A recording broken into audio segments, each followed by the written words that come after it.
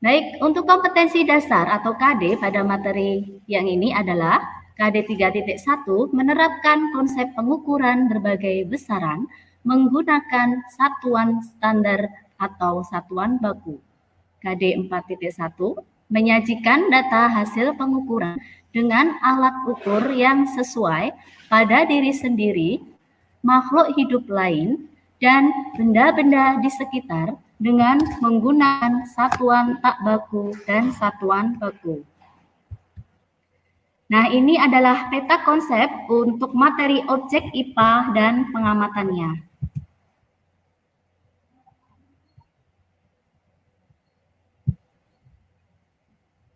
Objek IPA dan pengamatannya di sini dibagi menjadi dua submateri. Yang pertama adalah penyelidikan IPA dan pengukuran sebagai bagian dari pengamatan. Penyelidikan IPA nanti akan dibahas tentang IPA dan objek IPA, manfaat IPA, keterampilan proses dalam metode ilmiah, dan sikap ilmiah. Sementara untuk pengukuran sebagai bagian dari pengamatan dibedakan menjadi besaran pokok dan besaran turunan. Ini nanti akan dibahas paduan berikutnya. Sedangkan pertemuan untuk kali ini kita akan bahas tentang penyelidikan IPA. Baiklah, para siswa semua, kita mulai dengan apa itu IPA? Kalian di SD tentunya sudah tahu IPA, ilmu pengetahuan alam. Ya, ilmu yang mempelajari segala sesuatu, baik benda hidup maupun tak hidup, beserta gejala yang terjadi di dalamnya. Nah, lalu apa saja objek IPA itu? Objek IPA atas seluruh benda yang ada di alam ini, baik yang berukuran mikroskopis maupun makroskopis. Objek IPA atau yang ada di alam ini dibedakan menjadi dua. Yang pertama adalah objek biotik, terdiri atas makhluk hidup. Apa saja contohnya? Ada manusia, hewan, dan tumbuhan, serta yang berukuran kecil misalnya bakteri. Kemudian yang kedua adalah objek abiotik, adalah objek atau benda yang tak hidup. Misalnya tanah, air, batu, mobil, lainnya. Nah, objek IPA terdiri atas benda-benda, baik benda-benda yang ukurannya kecil atau jasad renik ya, yang ukurannya disebut sebagai ukuran mikroskopis, dan juga benda-benda yang berukuran besar atau makroskopis. Benda yang berukuran kecil di sini contohnya adalah atom, ada virus, dan ada juga bakteri. Sedangkan yang berukuran bisa berupa lautan dan juga tata surya. Nah, gejala alam dibedakan menjadi dua. Jadi benda-benda yang dipelajari di IPA itu ada dipelajari beserta gejala-gejala alam yang terjadi di dalamnya. Gejala alam di sini dibedakan menjadi dua, yaitu gejala alam kebendaan dan gejala alam kejadian.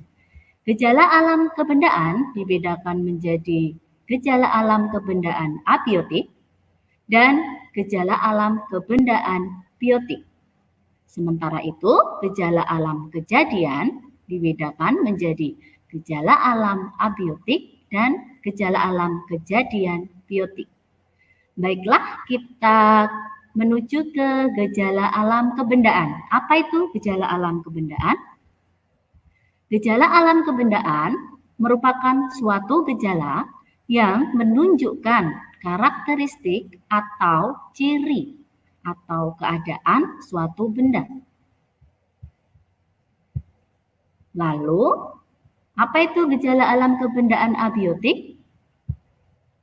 Gejala alam kebendaan abiotik tentunya gejala alam kebendaan yang terjadi pada objek abiotik atau benda yang tak hidup. Nah, contohnya batu berwarna hitam. Batu adalah objek abiotik. Sedangkan warna hitam adalah gejala alam kebendaan. Jadi batu warna hitam merupakan contoh gejala alam kebendaan abiotik. Berikutnya contoh selanjutnya adalah permukaan meja halus. Abiotiknya adalah meja, gejala alam kebendaannya adalah permukaan halus. Contoh yang berikutnya, bau kandang menyengat. Objek abiotiknya adalah kandang, gejala alam kebendaannya adalah bau menyengat. Nah, kemudian tadi sudah kita bahas gejala alam kebendaan abiotik, kita lanjutkan ke gejala alam kebendaan biotik.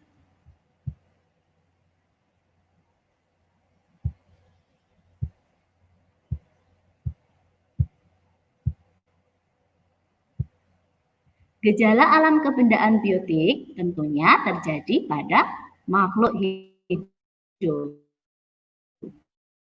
Nah, contohan besar burung adalah objek biotik. Ukuran besar adalah gejalanya. Kemudian contoh berikutnya adalah warna bunga merah. Bunga adalah objek biotiknya alamnya, kebendaannya adalah warna merah. Contoh berikutnya, batang tumbuhan sangat tinggi. Objek biotiknya tumbuhan, gejala alam kebendaannya adalah batang tinggi. Nah, gejala alam kebendaan sudah kita bahas, berikutnya kita ke gejala alam kejadian. Gejala alam kejadian merupakan gejala yang suatu kejadian atau peristiwa atau aktivitas dari suatu benda, baik abiotik maupun biotik. Nah, kita bahas gejala alam kejadian abiotik. Tentunya terjadi pada makhluk. Contohnya, yang pertama adalah gunung meletus, tanah longsor, dan banjir bandang. Selanjutnya, gejala alam kejadian biotik. Contohnya adalah burung terbang tinggi. Coba, objek biotiknya siapa? Ya, betul. Objek biotiknya adalah burung. Gejala alam kejadiannya adalah terbang tinggi. Contoh berikutnya adalah tumbuhan berfotosintesis. Dan contoh gejala alam kejadian biotik lainnya adalah seorang anak berlari kencang. Nah, mari kita bahas apa saja bagian-bagian IPA. Bagian-bagian IPA terdiri atas fisika atau cabang ilmu fisika, yaitu ilmu yang mempelajari aspek mendasar tentang alam. Misalnya mempelajari materi, energi, cahaya, gerak, panas, dan berbagai gejala fisik alam lainnya. Berikutnya, bagian IPA adalah biologi, adalah ilmu yang mempelajari sistem kehidupan dari yang berukuran kecil hingga ukuran besar berupa lingkungan yang sangat luas. Selanjutnya, kimia merupakan ilmu yang mempelajari materi dan perubahannya, serta interaksi antara materi atau zat yang satu dengan materi atau zat yang lainnya. Berikutnya ada ilmu bumi dan antariksa, merupakan ilmu yang mempelajari tentang bumi, bintang, planet, dan berbagai benda langit lainnya. Nah, pelajari materi tentang IPA dan objek IPA. Selanjutnya, kita ke manfaat IPA. Lalu, apa sih manfaat kita mempelajari IPA? Dengan belajar IPA, kalian mampu untuk yang pertama, meningkatkan kualitas hidup. Yang kedua, memahami berbagai hal di sekitar kita. Kalian menjadi tahu setelah mempelajari IPA. Contohnya, misalnya mengapa matahari bersinar. Nah, kalian bisa menemukan jawabannya setelah mempelajari IPA. Kemudian manfaat yang berikutnya, dengan mempelajari IPA, kalian dapat menyelesaikan masalah. Misalnya, bagaimana mendapatkan air bersih dari air keruh. Kalian bisa mendapatkannya misalnya dengan proses penyaringan misalnya. Kemudian manfaat yang berikutnya kita dapat berpikir logis atau sistematis. Misalnya, jika memperoleh data suatu penelitian, maka kita dapat mengambil suatu kesimpulan. Nah, berikutnya di dalam penyelidikan IPA dikenal adanya keterampilan proses dalam IPA.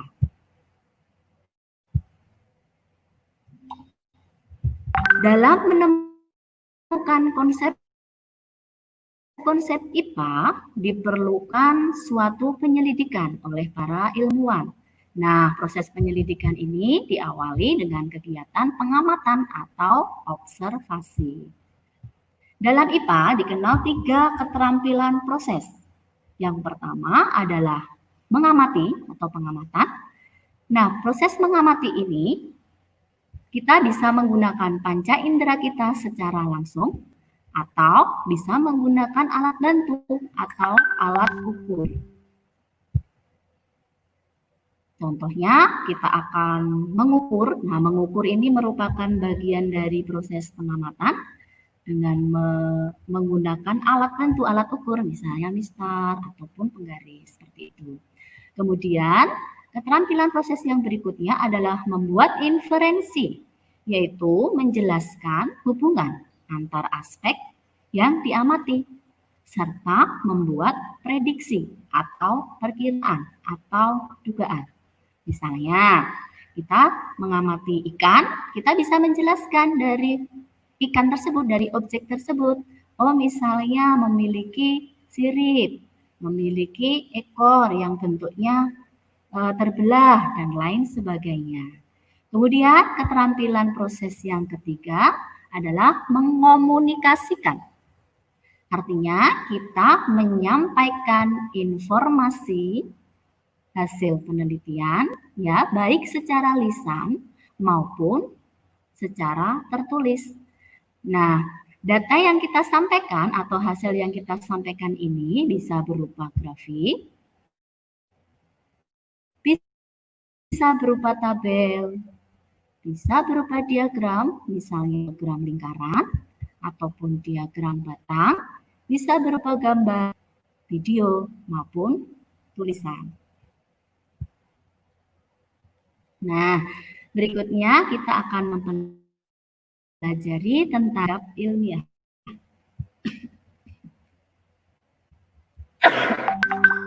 Nah, IPA berkembang melalui proses penelitian oleh ilmuwan. Untuk melakukan penelitian, ilmuwan harus mengikuti suatu langkah yang sistematis yang disebut dengan metode ilmiah. Mohon maaf.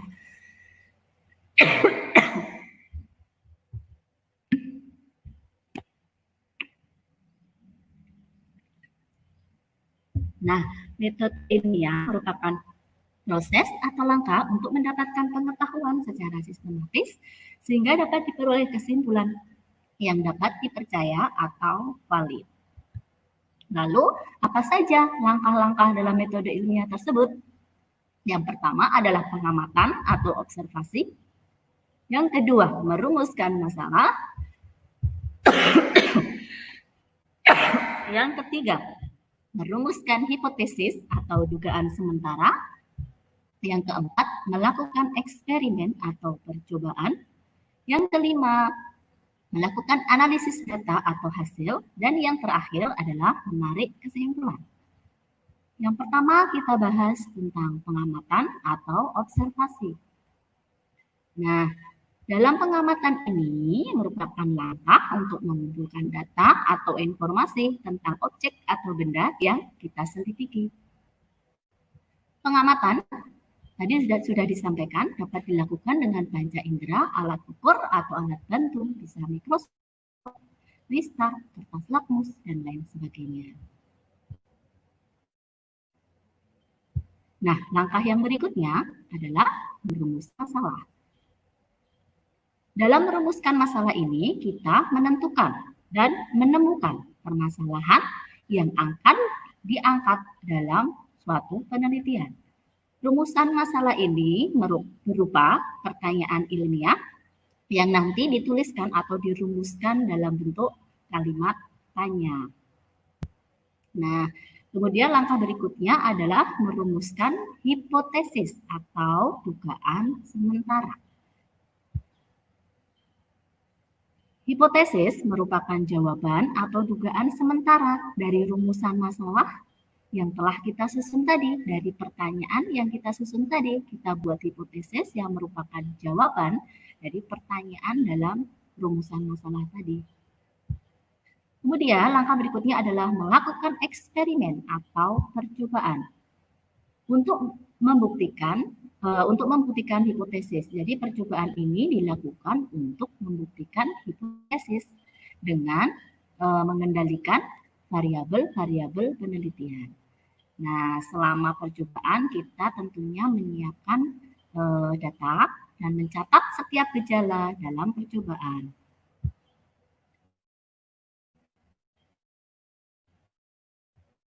Nah, langkah selanjutnya, nah, data dianalisis bertujuan untuk mengetahui hipotesis yang dibuat tadi dapat menjelaskan fenomena yang terjadi atau tidak. Nah, data penelitian dibedakan menjadi dua di sini ya. Kita bahas yang pertama adalah data kualitatif, yang kedua adalah data kuantitatif. Apa itu data kualitatif? Data kualitatif merupakan data yang berupa deskripsi atau narasi. Jadi bukan merupakan data yang berupa angka. Jadi bukan angka. Lalu apa contohnya? Misalnya data mengecek rasa buah, misalnya rasa buah manis, asam, atau tekstur benda, kasar, halus. Nah, seperti itu. Jadi berupa kualitas. Kemudian yang kedua adalah data kuantitatif, merupakan data yang berupa kuantitas, menunjukkan kuantitas atau berupa angka, sehingga merupakan data numerik. Contohnya misalnya data tentang tinggi badan. Misalnya tinggi badan 100 cm, 200 cm, seperti itu. Kemudian contoh yang lain adalah waktu, misalnya 10 sekon atau 10 detik, 1 jam, 10 menit, dan seterusnya. Nah, untuk langkah yang terakhir, keenam, merupakan langkah menarik kesimpulan. Nah, kesimpulan ini merupakan jawaban dari rumusan masalah berdasarkan data percobaan atau hasil percobaan yang diperoleh. Nah, metode ilmiah sudah kita bahas, lalu sebagai seorang peneliti, bagaimana kita harus bersikap? Sikap-sikap yang dimiliki seorang ilmuwan dikenal dengan istilah sikap ilmiah. Contohnya adalah sikap teliti. Jadi dalam melakukan penelitian sebagai seorang ilmuwan harus teliti agar tidak terjadi kesalahan, misalnya dalam pengambilan data, penulisan data, dan pengolahan data. Kemudian sikap yang kedua adalah jujur. Sebagai seorang peneliti, sebagai seorang ilmuwan harus bersikap jujur. Artinya menyampaikan apa yang sebenarnya terjadi. menyampaikan data yang sebenarnya. Jadi bukan data yang dibuat-buat. Kemudian sebagai seorang peneliti ya harus sabar dan memiliki rasa ingin tahu yang tinggi. Rasa ingin tahu ini mengawali dari suatu penelitian, sehingga penelitian akan berjalan dengan baik karena rasa keingintahuan yang tinggi. Sikap ilmiah yang berikutnya adalah sikap objektif. Artinya peneliti tidak boleh dipengaruhi oleh perasaan pribadinya sendiri. Jadi memang harus sesuai dengan apa yang terjadi selama penelitian. Kemudian sikap ilmiah berikutnya adalah terbuka. Artinya peneliti menerima pendapat orang lain, baik itu berupa kritik maupun saran. Nah, tadi kalian telah disampaikan dalam suatu percobaan ini digunakan variabel-variabel penelitian. Kita akan membahas apa itu variabel penelitian, apa saja macam-macam variabel penelitian. Nah, variabel dalam penelitian merupakan faktor yang dapat mempengaruhi suatu hasil penelitian. Variabel penelitian ini kita bahas 3 macam ya, variabel penelitian. Yang pertama adalah variabel bebas, merupakan variabel perlakuan atau yang sengaja diubah-ubah untuk dilihat pengaruhnya terhadap hasil percobaan.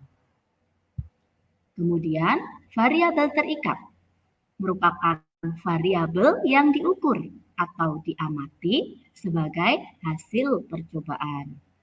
Variabel yang ketiga adalah variabel kontrol, yang merupakan variabel yang tidak diubah.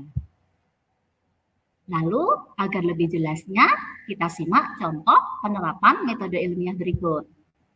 Nah, tahap yang pertama adalah pengamatan. Contohnya Andi mengamati isi dari beberapa telur bebek, menunjukkan warna kuning telur yang berbeda. Nah, dari pengamatan Andi tersebut, Andi merumuskan permasalahan.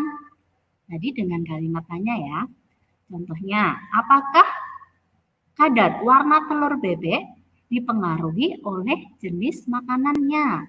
Nah, selanjutnya Andi melakukan perumusan hipotesis, jawaban atau dugaan sementara.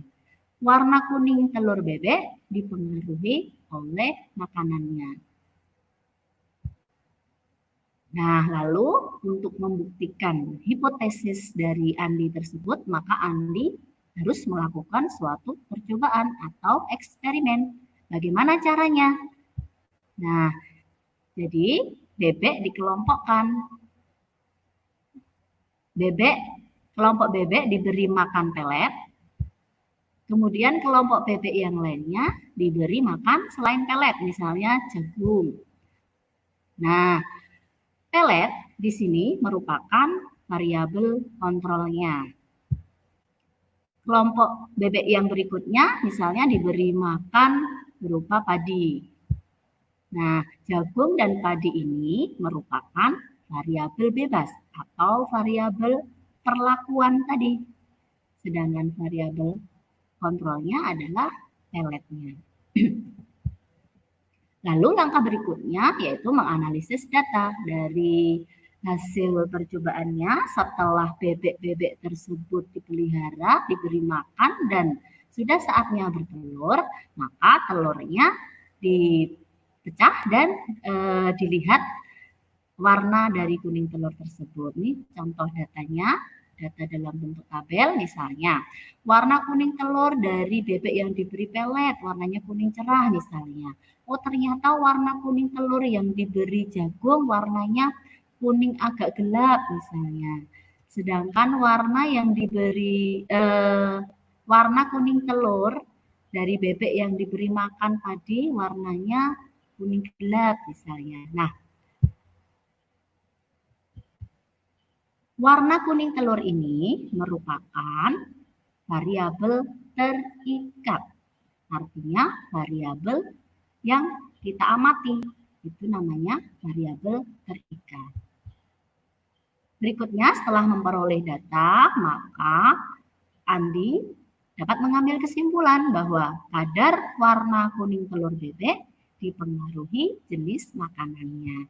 Nah, ini hanya salah satu contoh sederhana dari penerapan metode ilmiah. Coba nanti kalian di rumah silahkan membuat contoh penerapan dari metode ilmiah dalam penelitian IPA ya.